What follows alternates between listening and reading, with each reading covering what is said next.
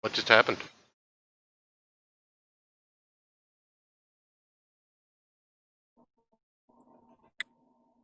Did I do it. it died. Anyway, welcome The everyone to bot. the bot died. It's a little early. Well, not early because I was late because of Huh. updates, but we're here. Welcome to the biggest problem in the multiverse, the only show on the internet where we discuss all the problems in comics and about comics from A to Z, including Azrael and Zarko the Tomorrow Man. I'm your host, the Church of Failure, and with me, as always, my trusty co-host, Eric McCartney. How you doing this week, buddy? Oh, it's been a fun week. I can walk semi-normal again, so that's good. You know, I could say the same thing. We had a run in this We're old, week. folks. Yeah, last week I got, we discovered that we were no longer young men, and carrying 400-pound things upstairs is not something that we should be doing with our lives. and I got my foot stuck in a possum, so What? Wait, what? I told you about my injury. You never get what? What? I got my foot stuck in a possum. Now, elaborate. You're gonna have to share this story. No, what happened is over the weekend, my whole family, we went up to a cabin for the weekend, and then my dog, being a little shithead, got out, and I had to chase her through the woods, and I wasn't wearing shoes, and so I fucked up my foot. What did the possum have to do No with this? possums were harmed in the. Well, no possums were actually harmed in the making of this story. Why do you fucking tease me like that? You're the worst. So let's start off the show. Let's go to last week's problems. The biggest problems in comics last week. Deconstructionism with 51.9% of the vote. Followed by disingenuous cosplayers at 25%, but a close third, superhero day job. I'm getting closer. Superhero day job, Yeah, 22% of the vote. but who still beats you? Fuck you. Nobody beats me. It is a contest, I mean, but it's rigged. It's fucking rigged, and you know it. And anytime we have a guest on, though, they always win. They do. So. They do. I I just think people don't realize what they're voting voted for. I think they're just voting for things that they don't like and not the actual argument. They don't understand why the problem. It's not our fault. It's the people's fault. I mean, I'm still winning, so. Never are winning. So, did you have a problem this week? You asked me what mine were, but you didn't tell me what yours were. So I have no idea. I assumed you were asking me what mine were, but you didn't have one. No, I told you the one, and the other one I saved from a week ago. Last one that we didn't get to. Yeah, but bourbon that was ago. This was like 4 hours ago. You didn't tell me anything about a problem 4 hours ago. Yes, I did. Anyways. Oh yeah, you did. Yeah, you did. Never mind. Never mind. I do argue with you about everything. You might have been right about that. Yes. Well, my first problem today, and this is a big problem. Or do you want me to? Do you want me to go first? Do you have? Okay. No. Okay. No. Okay. No. Alan Moore. I'll go okay. first. Alan Moore. Why is Alan Moore a problem? Anybody who has watched this show for at least since about a year ago, I think, maybe it was last November, will know that I have a personal beef with the wizard known as Alan Moore. But I'll get to the personal beef in a second. My main gripe with him is,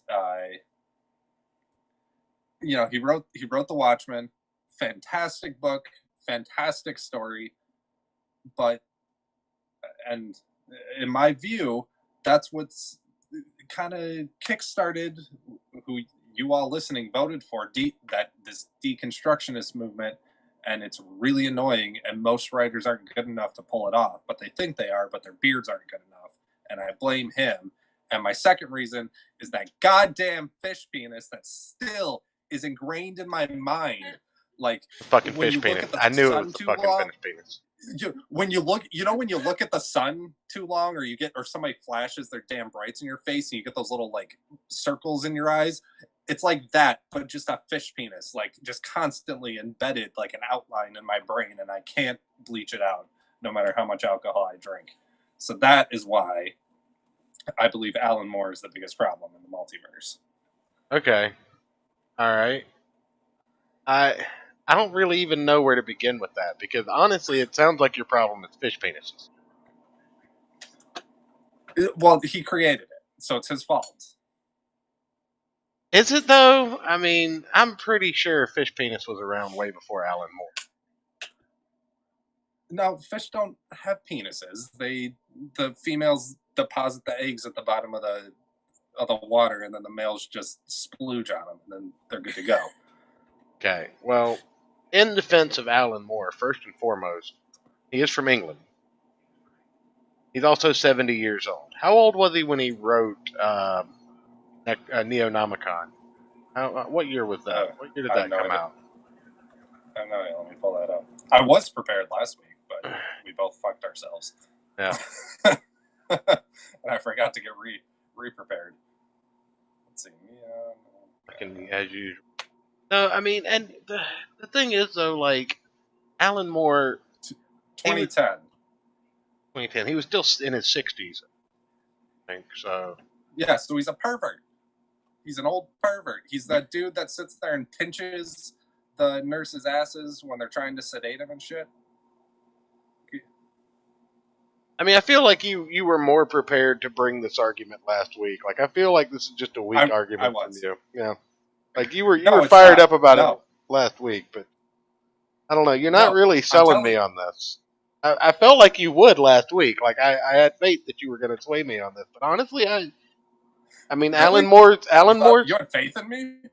Yeah, Alan Moore's like work stands up for himself against this argument. Like, I thought you had some kind of. Does it though?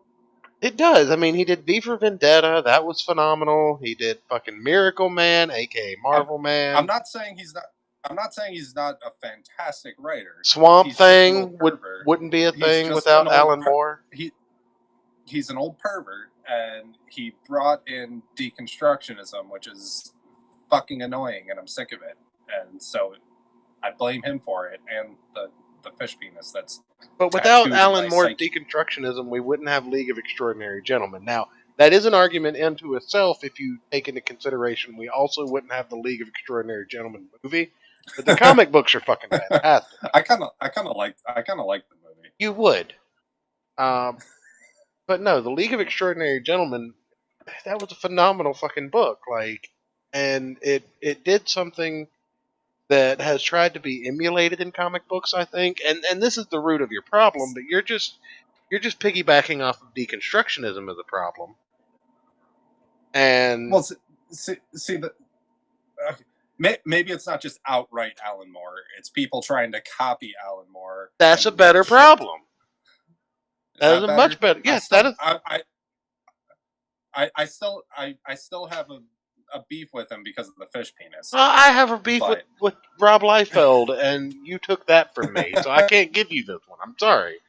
Alan Moore is not your problem. Your problem is people that try to be like Alan Moore and just can't. Okay, that could be true because he is a good writer. Right, like all of his deconstructionism is good, and it's never really part of a mainstream story arc. That's the thing that I like about Alan Moore's writing. Well, because with Frank Miller's stuff, they always try and tie it back into the actual origin of the character.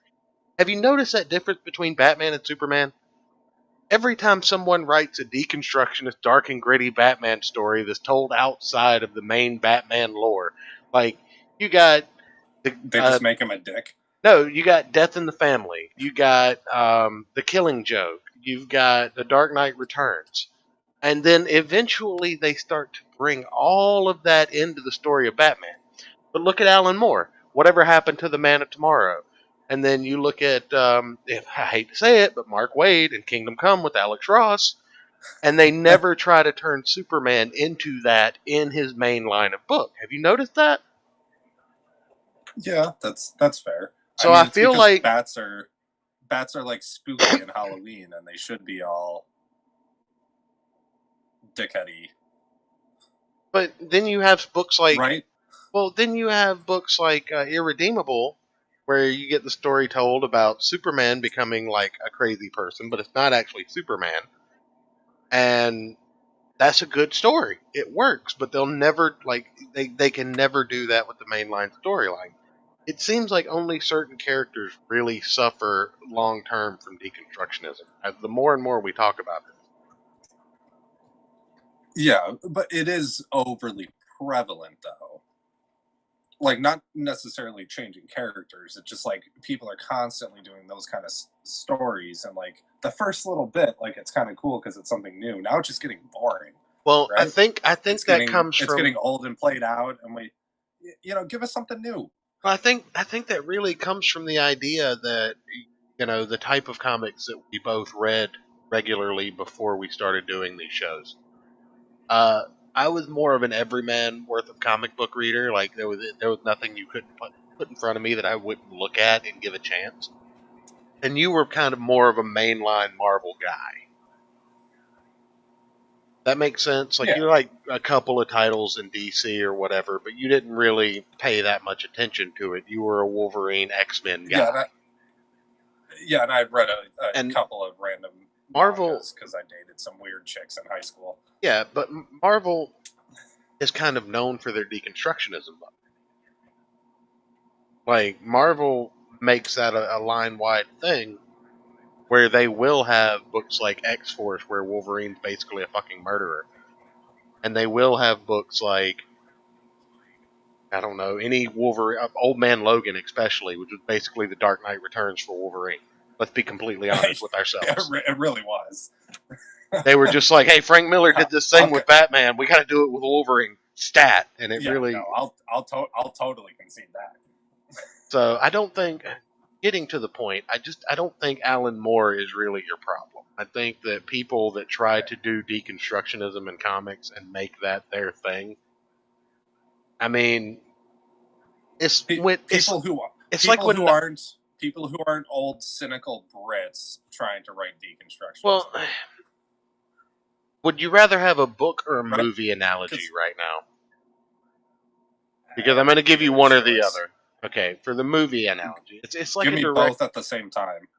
Okay, all right. It's like if writers who tried to emulate Stephen King, like they all did in the 90s, and then you have directors who try to emulate Stanley Kubrick, and they just can't pull it off. They just don't have whatever makes those people. Or for even more prevalent example, directors who try to Tarantino the shit out of their movie. You know, it doesn't work. Like, you can't just take somebody else's gimmick and make it your own, which is hilarious considering the premise of this show.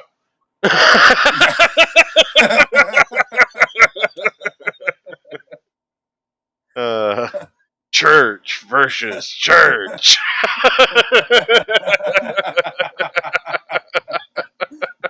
So when are we going to do a bonus episode, Biggest Solutions in the Multiverse? Oh, man. Yeah, that'll be when we actually have a fan base that wants to listen to anything put out. That's fair. I don't think I'm going to put I don't think I'm going to put a paywall up in front of 5 people. I doubt very very seriously they're going to be interested in climbing it.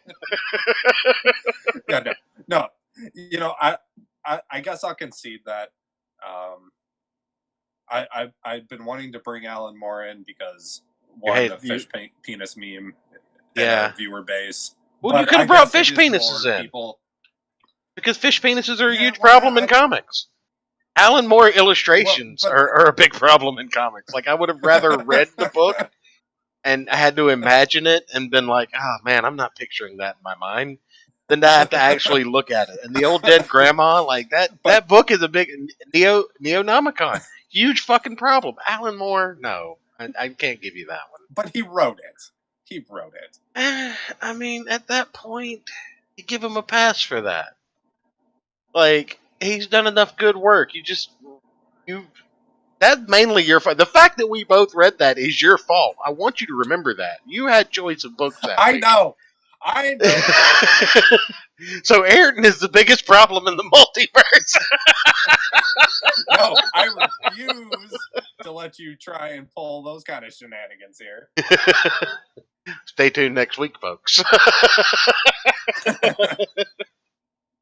uh, so is that I'll it? Do you? concede that. Do you I'll change it.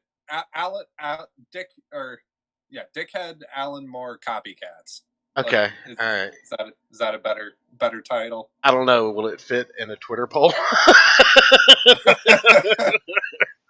We'll find out. Let's see here. I'll test it out. What was it? Dickhead, Alan, Moore copycats. copycats. No, it does not. It's not. Damn it. How many letters too long? 3. Can we do Alan Moore copycat cunts? Get those 3 C's in there.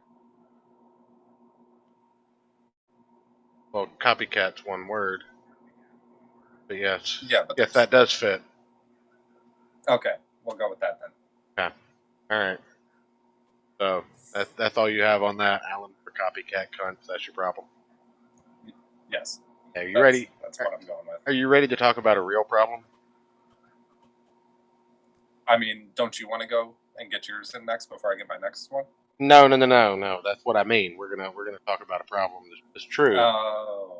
And a real problem. I even made up a word for this problem, so you can tell that I'm serious about it. Ooh. Yeah. Instead of bad adaptations, my problem this week in the multiverse is bad adaptations. That's what I've deemed them. I just put a B in front of the word. It's bad adaptations. So okay. That's I'm gonna hold on. Let me cue up my my insulting soundboard here and get myself a ding sound effect. See if the fucking bot won't fuck me again. Probably what it's gonna do. Ah, there we go. Good. Ooh, got it. Real problem. Bad adaptations. And I don't.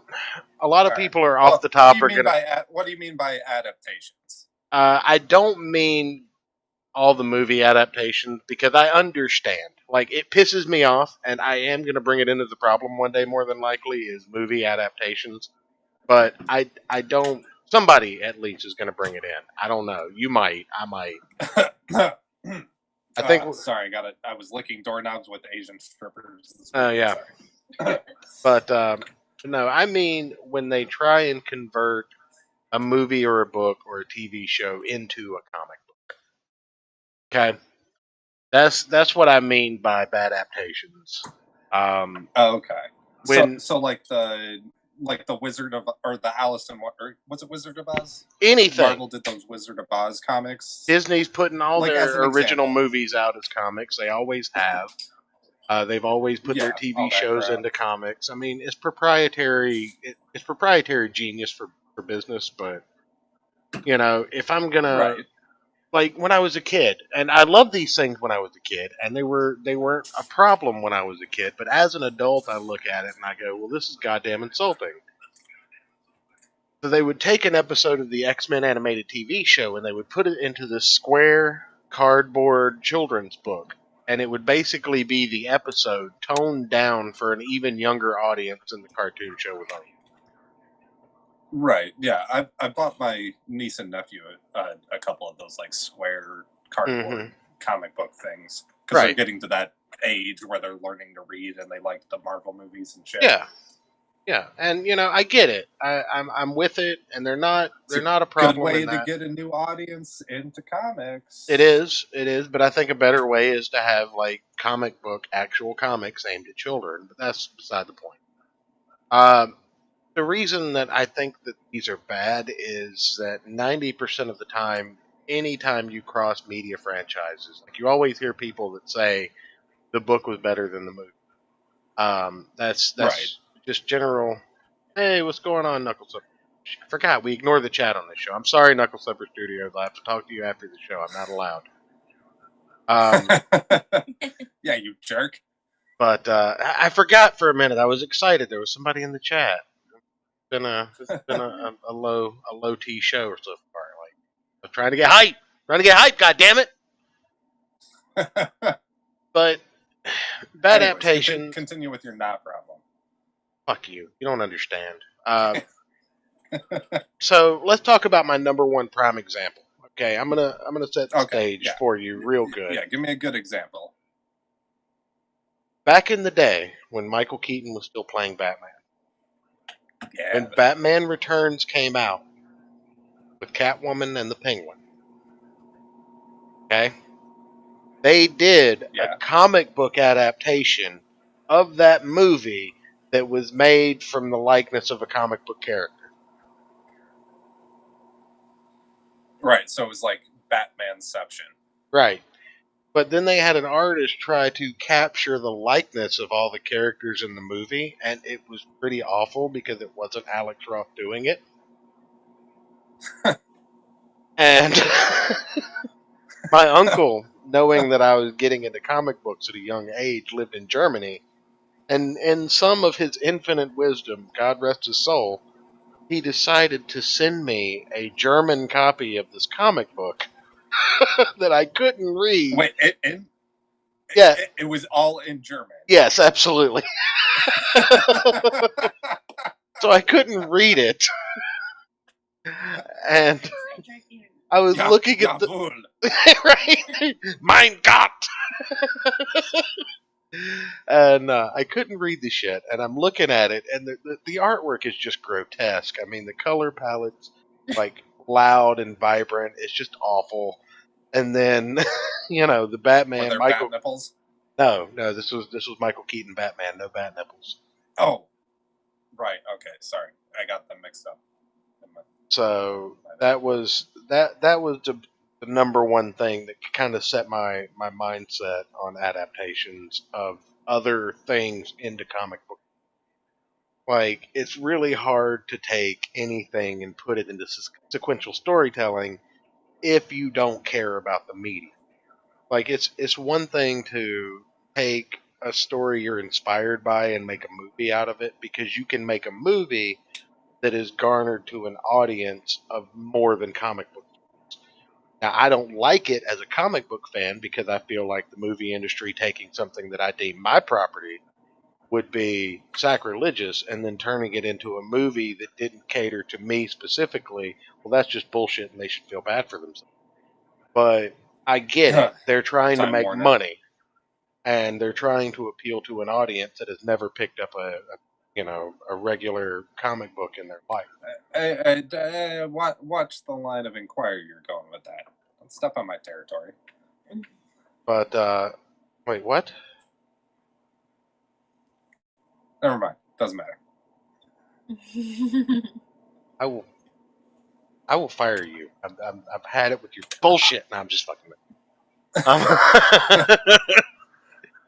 But no, I've been relatively tame this episode so far. But I'm just bad adaptations. They're just bullshit. Like when you get Game of Thrones comic books that are supposed to tell part of the stories in the books, but they're using trappings from the show to do it. You're mixing mediums at this point, and you're just cash grabbing. And there's no real care that goes into these things. They're not. Okay, what about some of those like creators you remember when we were growing up? You had that big, before Disney got its grimy little mousy claws and the shit. We had that huge like Star Wars expanded universe, and there were all kinds of random books and comics and all that kind of stuff. But they weren't bad. Like, that was pretty cool. You had these. Those aren't adaptations. Those are works in the in the same universe, but they're not adapting the movie into a comic book with that. They're actually writing a comic. They would tell like sequential stories. They would still work within the universe, but they weren't adaptations of that work. Is what I'm getting at. But there was there was I don't know, maybe you wouldn't call it an adaptation, but there was like I vaguely remember a comic series that it was supposed to be like stories of what happened before like A New Hope and Empire. Right, but And, like, those shit are like just, that. I mean, those are just filling in the dead spots. I don't think that that's a problem. I think that the problem is if you wanted to tell a New Hope in comic book form, it's just not going to come across in the So comic book the same way the movie is, unless somebody who cares not only about that story, but also about sequential storytelling put together. Now, of course, there are exceptions that make the rule. There are good comic book adaptations of works. I'm not discounting that. But what I'm saying is the factor that you will adapt something just to expand the level of cash cowiness coming at it. You know, you're just trying to kind cash. of multimedia in nerd culture, like in general. No, no, just back and forth, like no. Like, Specifically, let's make a TV show. Yeah. Basically, let's take a And then TV make show, a movie, a book, a screenplay, a fucking sketch on the fucking side of a music bathroom video. wall, and try and make a fucking comic book out of it. Because comic books sell, right? They're collectible. People will buy it because it says number one. Fuck you. That's predatory and it's bullshit. You know, like I don't. Okay. I You mean, know, I go ahead. you know, I think I can kind of follow your line of inquiry there, but I don't know if I'm convinced that's the biggest problem necessarily. Bigger than your problem. I'll show you a big problem. But no, I think that when you try and take something, like when you make a movie, a book, you just never quite can pull out the essence. Ready Player One is a great example. You took the parts of the book that you wanted to put on the screen that would look cool there, and then you just basically fucked the storyline. Right, or the Hobbit. Right, same thing. You just put fucking you turned something that maybe could have made an hour long short. Here's a double audio. Double what? There's a double audio. Hold on. I mean, I hear everything fine. Do I sound okay? Like, is there an echo? You sound fine. You sound fine to me. Oh, we have Larry and Rune Knight over in the waiting room too. Oh, I just saw that. Pull somebody in. Yeah. I think both of you guys can What's actually. Up, fellas? Can both of you guys not just jump in the chat? Like, I don't know. Well, no, I didn't want to ruin your whole gimmick here. You guys had a gimmick, and I didn't want to ruin it. But yeah, no, I was hearing your words before I heard your words over the YouTube. Oh, that's because you were in feedback. Yeah, I don't know. That's probably a Discord thing. I was sitting in the cone of shame for my lateness. Oh, okay. All right. and I was like going, oh shit, I didn't notice there was a fucking show on, so I didn't jump in. But then I was like saying, oh, somebody's in the waiting room, so I'd go talk in the waiting room. Oh, okay. I mean, on the other hand, I have my notes prepared. I also completely agree with you, Church. Turning everything into fucking comics is a problem. Okay. Kiss ass. All right. What about you? Ass, he's right. What about you, Larry? What do you think? What's the alternative to adaptions being the biggest problem? Right now, so far, no. Sorry. Alan Moore copycat cunts. People that I mean, that's. Go ahead. I mean, if we have to judge which of these is the bigger problem, one of them is a more tangible idea of what a problem is, and the other one is people ripping off Alan Moore and being edgy boys. That's not really a concrete problem. Well, don't be so pedantic on this comedy show. That is actually also a problem because, as Alan Moore has pointed out, Grant Morrison made an entire career out of ripping off Alan Moore. So, see, people Alan Moore fucking agrees with me. No, Grant Morrison, all due respect to Alan Moore, Grant Morrison's doing an entirely different but similar gimmick to his. Just they're doing different drugs. They're both pretentious European dipshits who need to go home. Alan Moore can afford laudanum.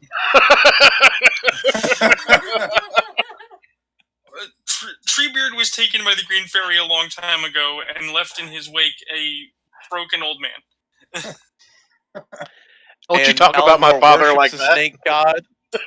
So Alan Moore worships the snake god, and Grant Morrison thinks he is God. So like it's a similar but different gimmick. As a church, neither one of them are talking to the right guy.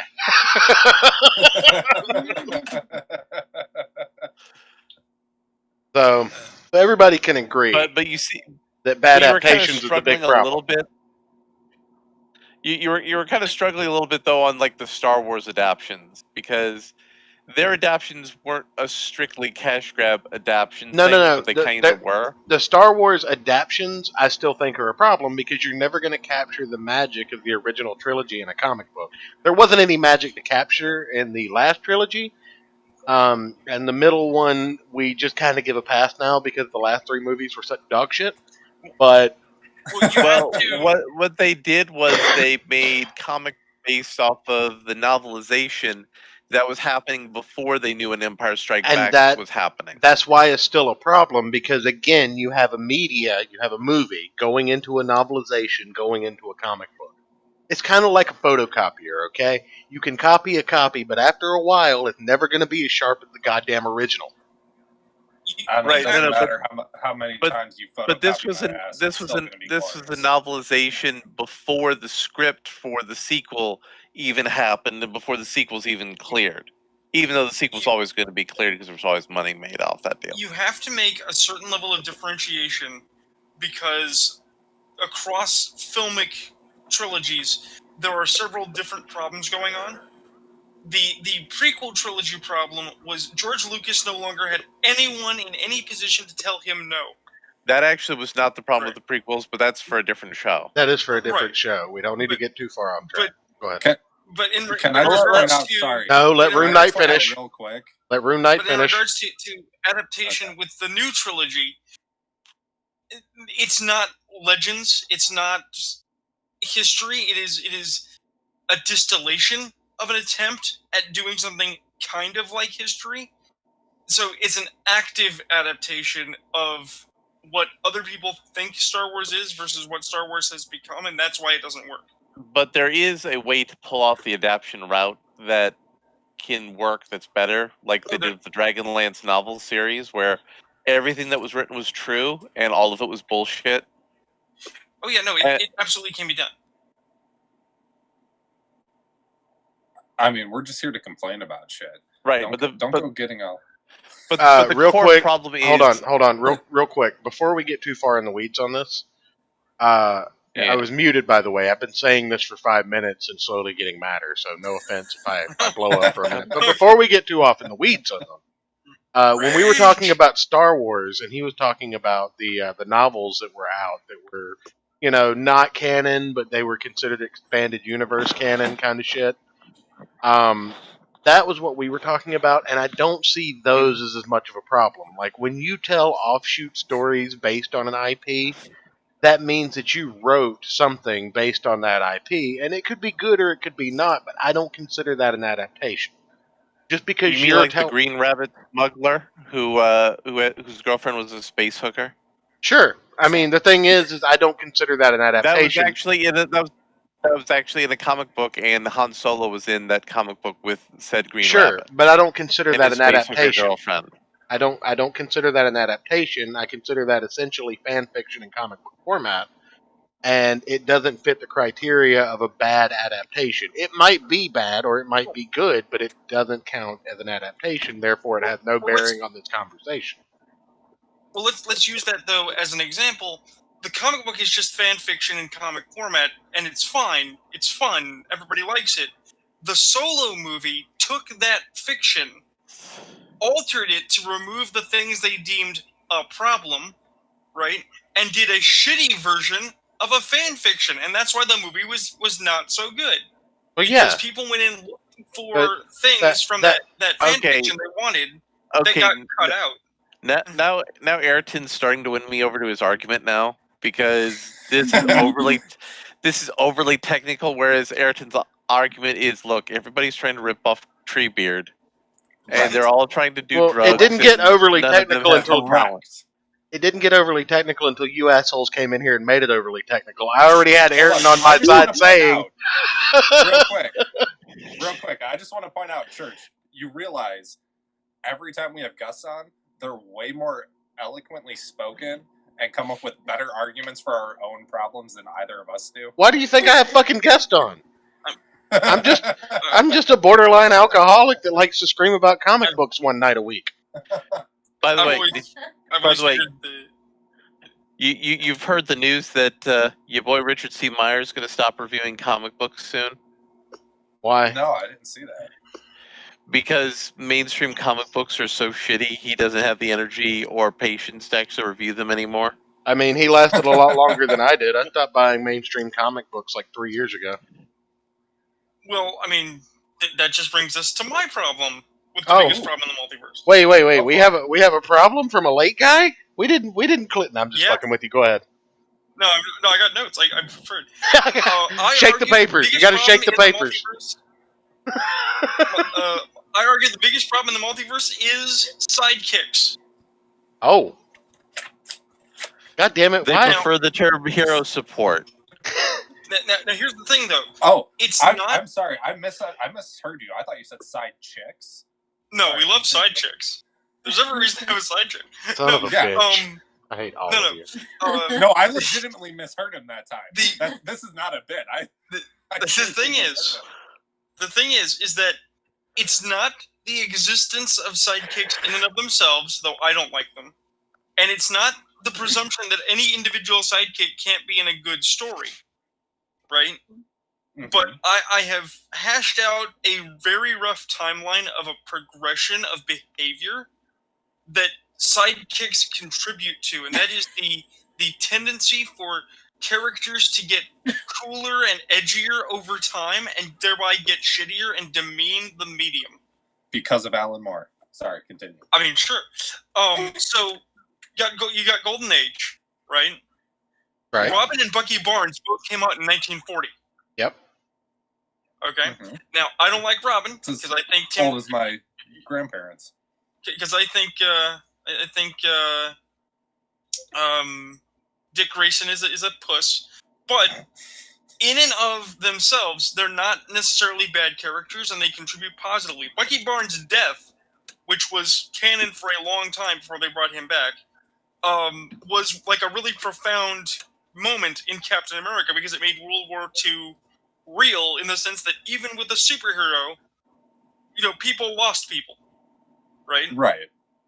In 1951, the comic version of Dennis the Menace appeared. Now, Dennis the Menace is not a sidekick; it's seemingly independent creation, Right. right? Mm-hmm. But in the Silver Age, as we creep forward, in 59 you got Dennis the Menace, the TV show, which ran until 63, right? Right. And Dennis the Menace was And that god awful essentially- movie that came out in the 90s. Don't forget about that. Yeah, but we're not even there yet. So hold Dennis the up. Menace is Are you talking about American Dennis the Menace or British Dennis the Menace? Those are two different characters. We're talking American. about American Dennis the Menace. We're talking about the American problem of sidekicks. It might be different in Europe or elsewhere. But the thing is that when Dennis the Menace went off of TV, and we had all kind of learned to accept this idea of a punk kid who does stupid shit and gets one over on parents, and we laugh about it, right? Not only was that the last year of Leave It to Beaver, which had Eddie Haskell, who was basically a punk, but he was a cool punk, so we kind of liked watching him. That was the year Nightwing appeared, right? Okay. So Robin stops being Robin and starts being a edgier, grumpier punk. Well, that's not so bad.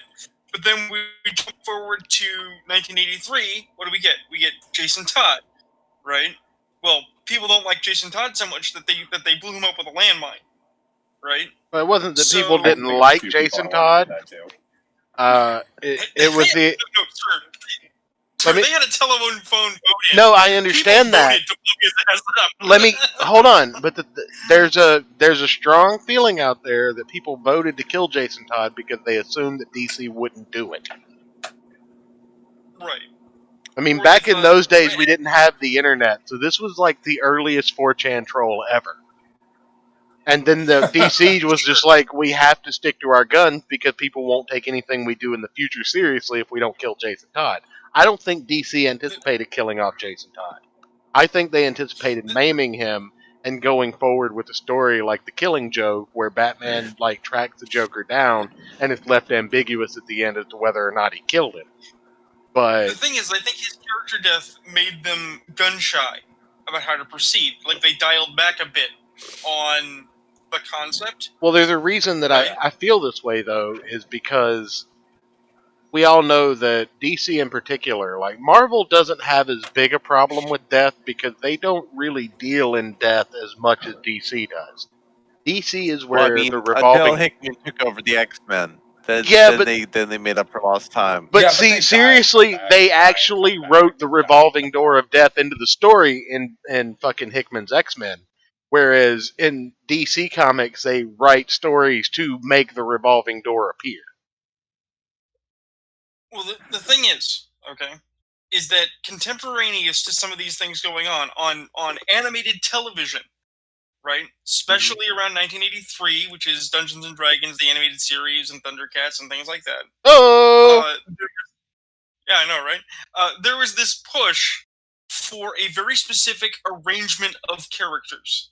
You have your main character that is the quarterback, and he has a chick, and then you have the best friend who's either the nerd or he's a worm, but he's always the guy that's saying like, "It's not going to work. Everything is bad," because he's the pessimist, right? And then you have the person of color best friend, often a girl, and the special needs Person of color. person, often with glasses, Hmm. right? And you have the kid, because you have to have a kid so that all the kids understand they're watching a kid show. And with this, And the kid normally wait, has are a we nameless talking about sidekick. Power Rangers now? Because this sounds a lot like Power No. Rangers. I thought you were talking No, about no. Scooby Doo. no, Power Rangers is the same thing. But here's the thing, though. The primary thrust of cartoons at this era was to endorse and indoctrinate towards accepting the role of leadership. Leaders tell you what to do, and the guy who disagrees is always wrong. Yes. Right? Okay. Yeah, but This- there's a moral lesson to be learned from the guy who disagrees, though. That's kind of the trope. That's the thing, though, is that this gave the implication that the guy who is always in disagreement with leadership is cool. Well, Right, yeah, bucking because- authority is but- totally a but- 90s gimmick, but- which is where we are on the timeline, hold- right? Hold up. Eric wasn't cool.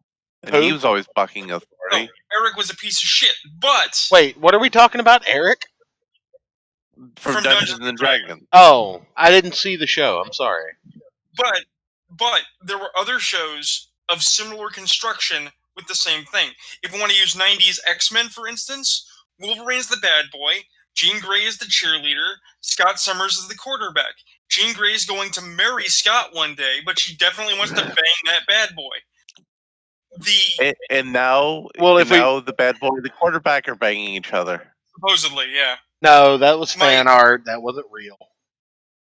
No, it's totally real. That's why they have linked bedrooms. My key point here is that DC dialed back a bit because they did Team Drake, which was a compromise because it's basically Jason Todd but a little nicer, right? While Team media what? continued to push, Tim Drake. Okay, yeah. Tim Drake. yeah, Tim Drake. While media continued to push forward with this idea of the bad boy character who does bad things, but he's just irrepressible. And in 1987, we got Bart Simpson. Bart Simpson's an anagram for brat by Matt Matt Groening's Groening, own yep. admission. Matt Groening, who was on the flight logs for Epstein's Island, by the way. Wait, was he? Yeah. But you know what? The most important thing about those flight logs, it says on there very clearly Epstein didn't kill himself. That's the anagram of the first person in each flight. If you go down the list, is Epstein didn't kill himself. Mrs. Church just passed me a note real quick. And this goes with your problem for night. She said, "Y'all remember that kid who wanted to be Mr. Incredible's sidekick in The Incredibles, but Mr. Incredible was like, Yeah, fuck off, and then he became the genius bad guy syndrome." Yeah. That could And lead just to remember, that's a perfect example of don't let your dreams be dreams. right. But here's the thing: if Mr. Incredible would have let him be a sidekick, he never would have been a bad guy. He'd probably have ended up retiring from the superhero game and being a security guard at a Walmart. It's true. So yeah. that's a point Would've had a against sweet Sidekick being a segue. problem, I think.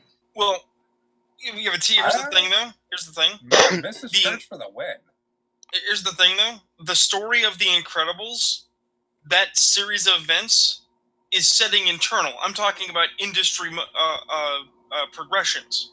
Well, how many? Let's talk about real quick. Let me buck your Don't problem use such real big quick. words on this show. We can't keep up. We drink. Let me buck your problem real quick, and let me just ask you. Okay, besides Batman, who has had a continuous sidekick? I mean, honestly, sidekick has been relegated to a trope that's used to tell a story, but I mean, how many heroes have really, honest to God, had sidekicks for any length of time I mean, whatsoever? Because they just Green don't work. Shazam / you have Green Arrow, you have Shazam / Captain Marvel.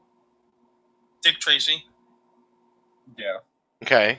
Well, Dick Tracy's no longer in publication. Technically, all of the X-Men are just sidekicks to Professor No, Xavier. that's boy banding almost, or that's just like Yeah. that's a band Wolverine situation. But Wolverine has had a rotating sidekick of one girl or another from time to time, most usually Jubilee. Yeah, there's always young chicks. Well, I mean, it was Kitty Pryde first, then it was Jubilee. Yeah. Look! Don't pull Wolverine's character into question here, guys. Look! He's the one that the new kid in the school always bonded with. Yeah. I'm just saying. You asked who had Rogue in the movies, so that makes sense. Mm-hmm. But I mean, okay, so we got Wolverine, we've got Batman. Again, the two characters that basically argue for prominence in two different industries. The thing is, most companies with half a wit realize that sidekicks don't work and kick them to the curb. But in comics specifically, especially the big two, they don't, because they instead make this sideline argument that they're legacy characters, and we can't forget the legacy character. Well, as if anyone actually cared. Well, I disagree with that, honestly, because... Well, what about the other Buckies? Well, hold on. And what about the other Captain Americas? If we care about legacy characters. Like USA Agent, Nitro, and Nomad? Those guys? Yeah. Also, don't forget all of US Agent when he was Captain America, all of his Buckies. Oh, and Flag with the double G. But all of that happened in the same age, though. That was all Silver Age stuff, right? Or Bronze Age. Was it Bronze Age? Some was silver, some was bronze. Okay. Yeah, and the original Bucky is Golden Age. So by the time Modern Age came about, Cap technically had a rotated. Well, sure, but again, I'm getting to the point though. By the time the Modern Age came about, sidekicks were basically a thing that really only Batman used, and they kind of implicated that Wolverine had sidekicks, but it was never a constant thing. Like Wolverine sidekicks were like mini-series material. Here's the thing, Church. You're saying that sidekicks are not a problem because we don't make sidekicks now, and I would go so far as to say you're correct. We don't do them now, but sidekicks are a problem because we made them in the past, and they were used to justify a progression of behavior. And also, they were to give the superhero a child, but they didn't want them to be married because a married person shouldn't be a superhero because that would be more immoral. But also, they're not having a child would imply they're homosexual. Because of that fucking book by Wortham. Well, here's the thing. Hey, don't make me call my pants on you, Larry. Here's the problem. Like, I don't think sidekicks are a problem because when sidekicks were actually a thing, they were written in to capture a younger audience, which, I mean, should be the main goal of any comic book, I think, right? Like, we can't take comic book marketing away. And in the eras when comic books were printing sidekicks, this was before deconstructionism became the mainstay of comic books, and comic books grew their audienceship to teenage adult level. Alan Moore. Alan Moore's not a goddamn problem. We already established this. Stop trying to make Alan Moore happen. It's like Fetch. It's never gonna fucking happen. Sorry, but Here's the thing. Though, Church. go ahead. In 06, we got Damian Wayne, and we all know nobody likes Damian Wayne. I like Damian Wayne. I like Damian Wayne. You're allowed to have shit taste, but nobody likes No, Damian Super Wayne. Sons was the best thing to come out of DC during Rebirth. Fucking fight me on it. Also, Damian Sir, you are Wayne. allowed- I mean, Damian Wayne also is an interesting character progression for both Dick Grayson and Bruce Wayne. Because No, Bruce Wayne. Damian Wayne is a terrible character. No, Bruce Wayne actually got a taste of what it was like to raise the goddamn Batman when Damian Wayne became his fucking ward. When he was like, oh god, this is my kid. I can't just fire this fucker. I Except can't. that's not what Go ahead. Except that's not what anyone wants to happen to Damian Wayne. People want Damian Wayne to get hit in the face As- with a fucking brick. As a dad, I really like, I really honestly like a child of Batman being like, Dad, you're a fucking idiot. Like, I really enjoy that aesthetic. Because you know what? That is essentially what my kids do to me every day without actually using swear words. They're just like, you don't understand this common thing that I know because I'm a child and I watch YouTube? Here's the thing, though. You're a parent. Okay? Your child has to give you respect. Damian Absolutely. Wayne acts like he doesn't give anybody respect because Damian Wayne was raised by ninjas. Well, It's yeah. fucking bullshit. I disagree with that. He doesn't give like face on. He gives respect, but he also gives respect in the sense that he is Bruce Wayne's child and he questions everything. Yeah. I think Bullshit. I honestly think that because he ends up going along with Bruce's ideas 90% of the time, even though he bucks them, like, we're talking Damian Wayne here. He's built to be a little shithead. Like, that's his character. Yes. And little he's shit balanced has out. their shit kicked in. But you're looking at him as a sidekick and not an independent character when you look at Super Sons, a No, teen book, which I'm is saying as hold a on. character, it doesn't matter. Let me finish. I'm not gonna, discount what you're saying, but give me a point here. Damian Wayne isn't a sidekick. Damian Wayne is a titular character, which is something that not only did Dick Grayson not have, Tim Drake didn't have, Jason Todd didn't have. No previous Robin had their own titular book with a fucking Superboy, where they were basically, America's best comics with Right, but you Batman have and to follow through with the Superman, question. but kid form. Yeah, but you have to follow through with the question, who gives a shit about Superboy? Because I never did. I don't care about any of the Superboys, including Superboy Prime, and I know about punching the universe. No. Okay, Connor hold Kent on, was the all- best Superboy of all time. Sorry. Fight me. I Well, disagree. What? Okay. John's the best Superboy.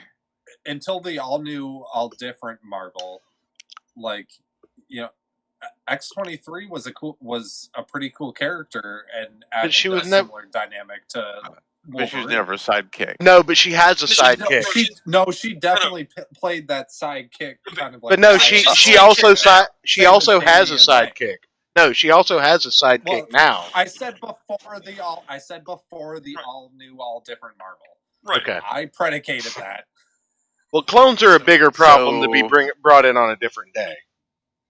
And Yeah. that Well, one I've already called She that. played that same role for. She played that same role for Wolverine, and I nobody feel like- complained about it. I feel like The way we're getting they lost did- in the way they weeds did with here. Damian. I feel like we're Look, getting so- lost in the weeds here. Summation.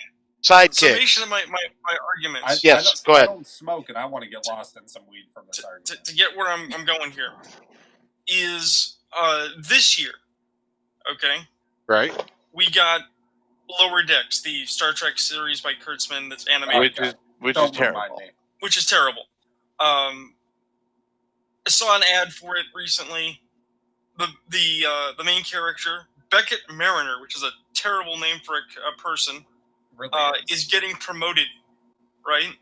And in this military organization, in a space military with military decorum, the character flipped the fuck out and was like, "No, I don't want to get promoted. You can't do this to me." Because, of course, we don't. Hold on. Was that an actual phone ring? Yeah, there's an actual Fuck?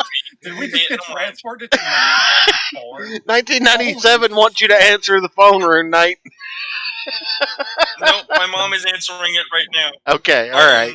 long as it's handled. Holy hell! My point is, though, I'm waiting to hear a dial-up internet My- tone from you. I mean, I could try. Sorry. Continue. My point is, though, right, is that sure, credits. This is supposed to be a comedy to somebody, right? Right. But these characters in Lower Decks are the sum total of what looks like almost 50 or 60 or 70 years of progression towards an apotheosis. That's a big word, meaning the penultimate form Apotheosis is the pronunciation. of basically the ultimate douchebag character. Being a douchebag is now seen as laudable, right?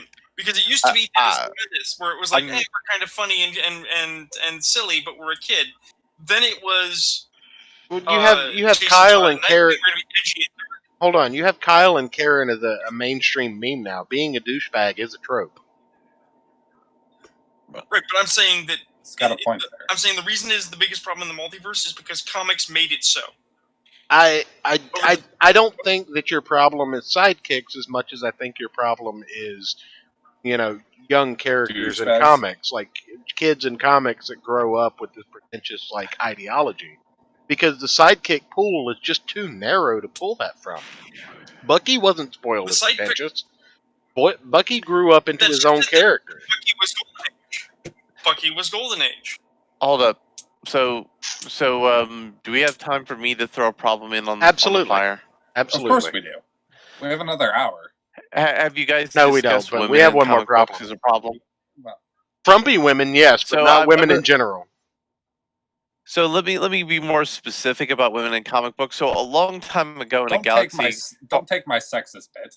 a long time ago in a galaxy far, far away, comic books used to have lots of romance comics and slice of life comics and things like that. Yeah. And they used to have a lot of women in the comics books field, and there was lots more comics being sold because comics were being sold to a more broader audience. Barbie comics were a huge deal. Well, right, but we're talking about before Barbie comics. We're talking No. about the original I'm not Patsy talking about Walker comics. Barbie comics TM. I'm talking about Barbie comics. Oh, okay, fair enough. So, but the problem isn't so much the women reading these old comic books or even trying to get women. It's trying to get women without understanding that women like certain stories and men like certain stories. And there are certain stories that both men and women like. But the biggest problem in comic books is we don't recognize that there are things that are different about women than there are about men. Okay, you're gonna have to look at the way they draw women in comic books. They don't draw now them or differently back than in men. the day. They just draw them as now.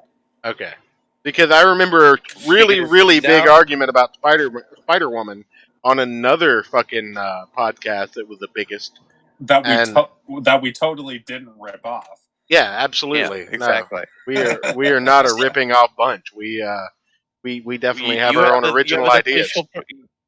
But you also have an official permission slip for this podcast, so you're fine. I do. From the only party that matters. Shout out Dick Masters. I don't disagree with you, Larry, but I think that you sidestepped the nature of the problem. Well, hold on. Before you make that statement about what the problem is. Before you make that statement, is your problem women writing and drawing comic books, or is it women in the actual comic books? No.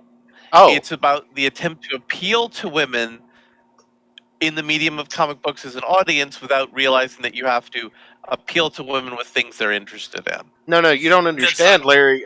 Gold Diggers is a big seller at my local comic shop. And it's really all of these incel women who are basically like weeb trash. And here's the thing. You mean spinsters? Here's the thing about they got no eggs. No. I want to say about. I want everybody to Google Gold Diggers real quick as a comic book. Gold Diggers comic. I know if you're not familiar. Okay, I know what you're talking about. Yeah, it's some furry shit and it's some weeb shit, and it's basically what all of these like anime cat girl types that sit with the kids that you don't like at school, and you find yourself sitting with them and you figure, what have I done wrong in my life?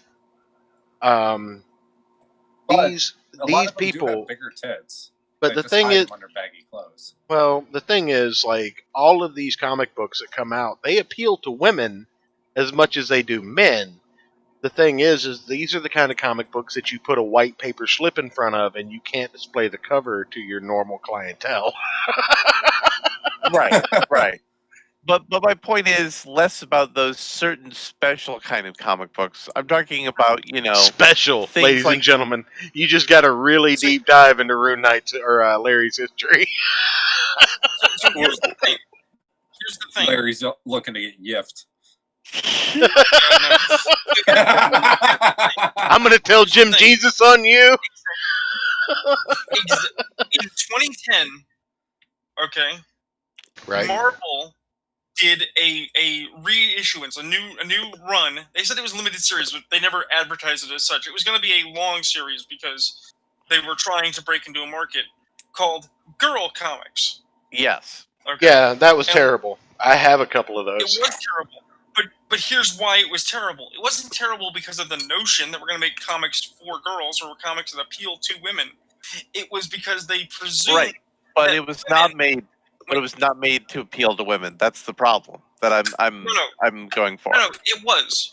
But the No, it problem wasn't. is- the problem Hold is, on. No, it wasn't. Larry, let him get it out. Okay, Larry, go ahead. let him Go get it ahead, out. Go ahead. the problem is that they assume that the women who read comics want a different comic experience to what men want. There's Wrong. an actual no, absolutely true. Larry, There's as the a man, assumption you that can't say don't- that. Hold on, let him finish. There are Did you just assume my gender? I did, you man fuck. You better at least fake that goddamn voice before you come on here and tell me you're a girl. there is an assumption that women are incapable of enjoying action, incapable of enjoying explosions. My Mhm. mom and I, on I mean, aren't Christmas, watch Die Hard. We Mhm. love watching Die Hard. My mom calls action movies good-looking men getting shot at.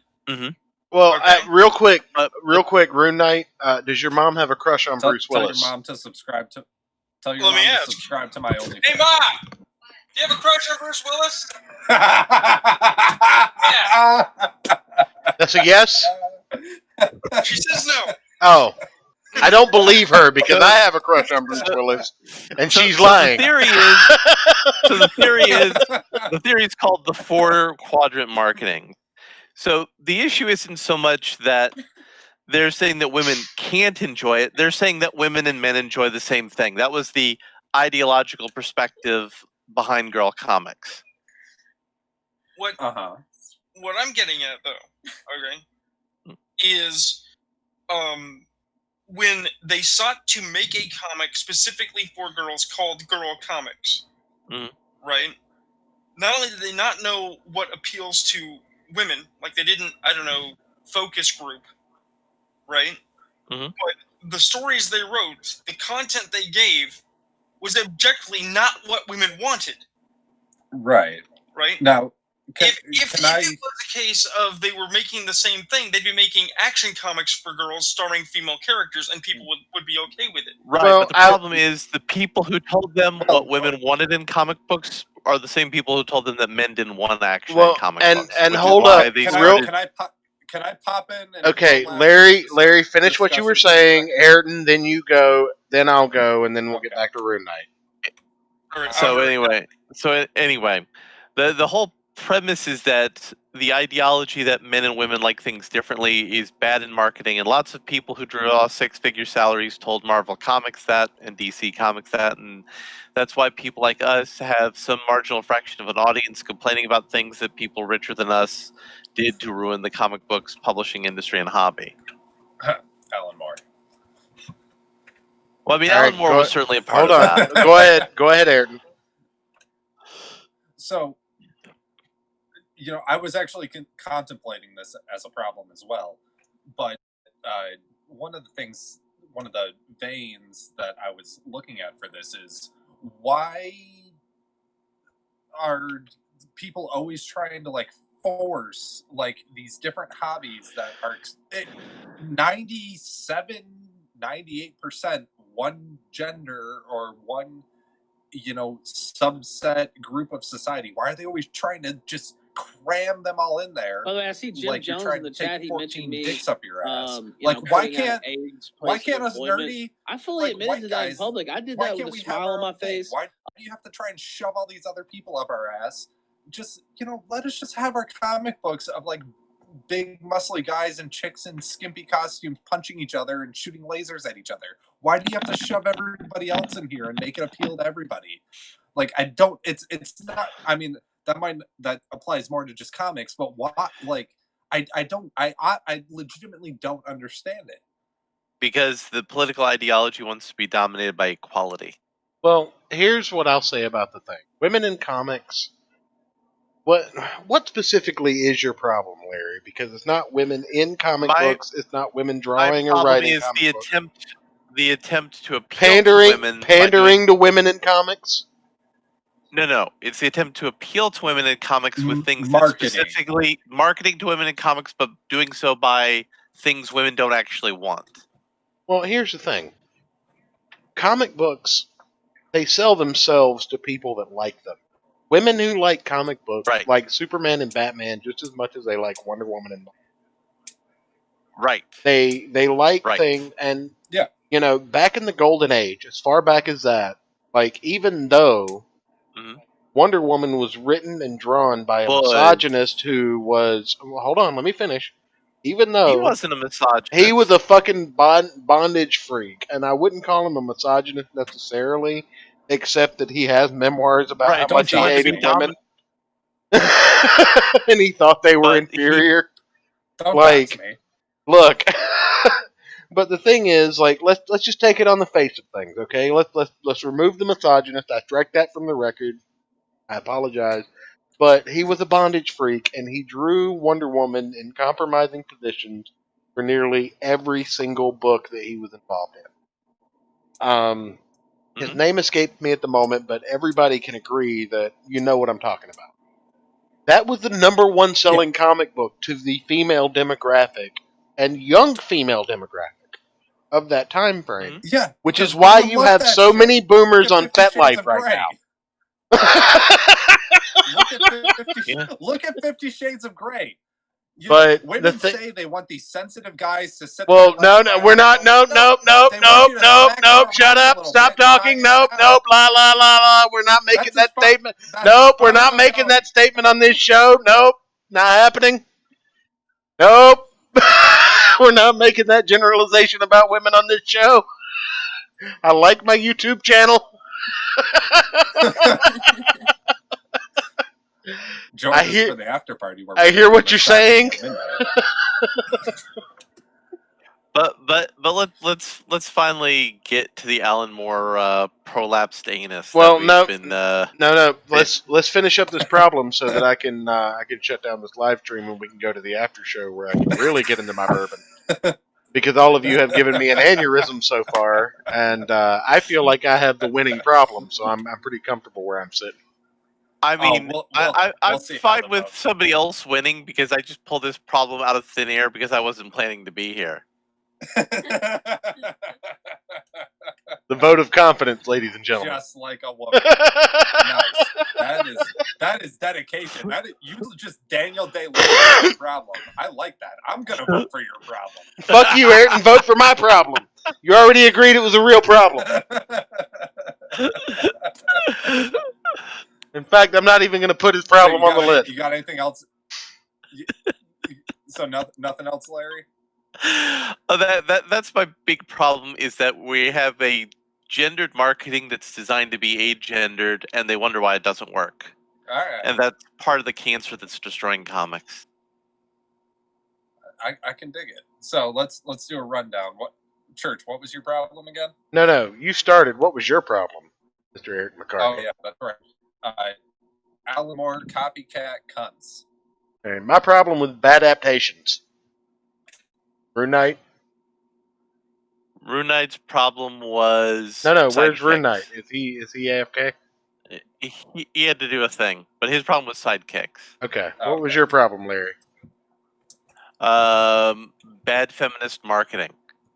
Oh, that's a good. There you go. Class it up at the end of this show. Oh shit! Yeah. Hold on.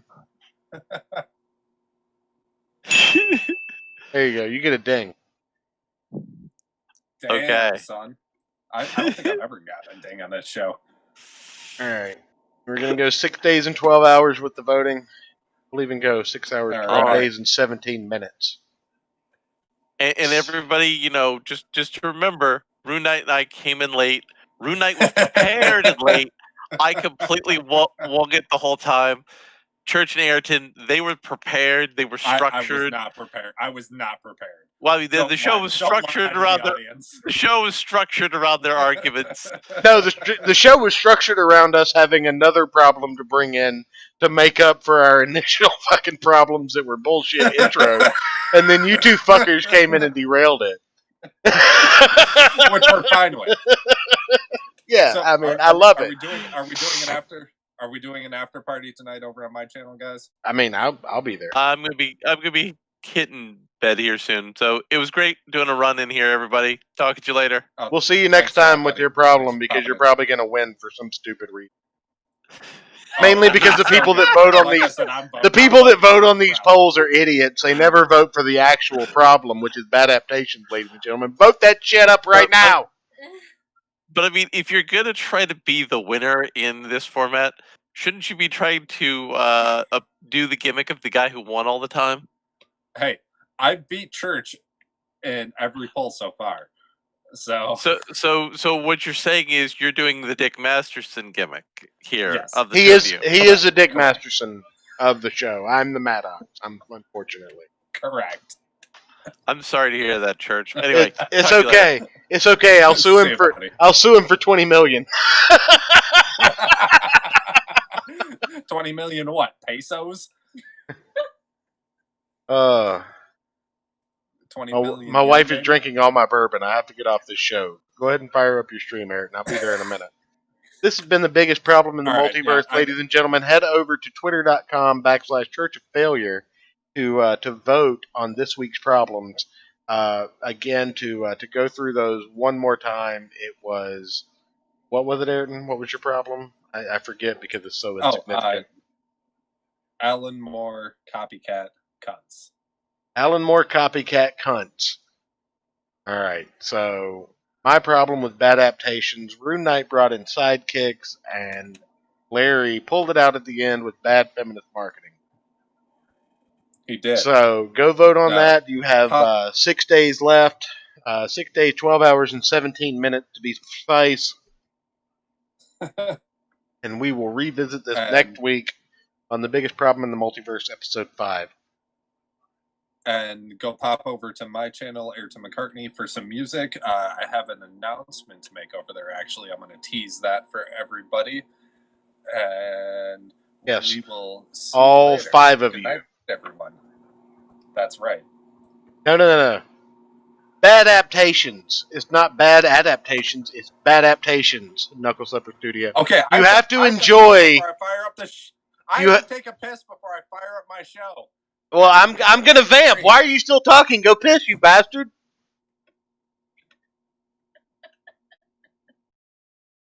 Anyway, it's bad adaptations. Vote on me for the ingenuity and raping of our language at bare minimum. Also, welcome Vagina Clam, Mrs. Church, Chad M to the live chat. Knuckle Slipper Studios, Joseph McKeever, which is Rune Knight. Sorry to dox you, buddy. But anyway, thanks everybody for jumping in the live chat. Thanks everybody for the likes, dislikes, shares, subscriptions, all that nonsense. Check out our links. You can super chat during the show, and we will read that out. I'm actually going to go ahead and make that a thing. We're going to put our Streamlabs link in the description as of the next episode. We'll probably do 2 or 3 more of these, and then we're going to try and get a podcast feed together where we will do these as a live show, but these will be paywalled behind our $1 Patreon. We will put the podcast up every Tuesday as Biggest Problem permits, but the live feed will be behind a $1 Patreon at the first start. I'll work on some ad campaigns to the comic community. we're basically just doing a test run, right, ladies and gentlemen. So Okay, thank you. Are we still live? Yeah. Okay. I'll go ahead and end it. We'll do some more talking later, guys. But head on over to Ayrton McCartney's channel. Check out my Twitter. I'm going to retweet the out once he sets up his show. But for now, thank you Get for set up stopping right. by, and we'll see you next time.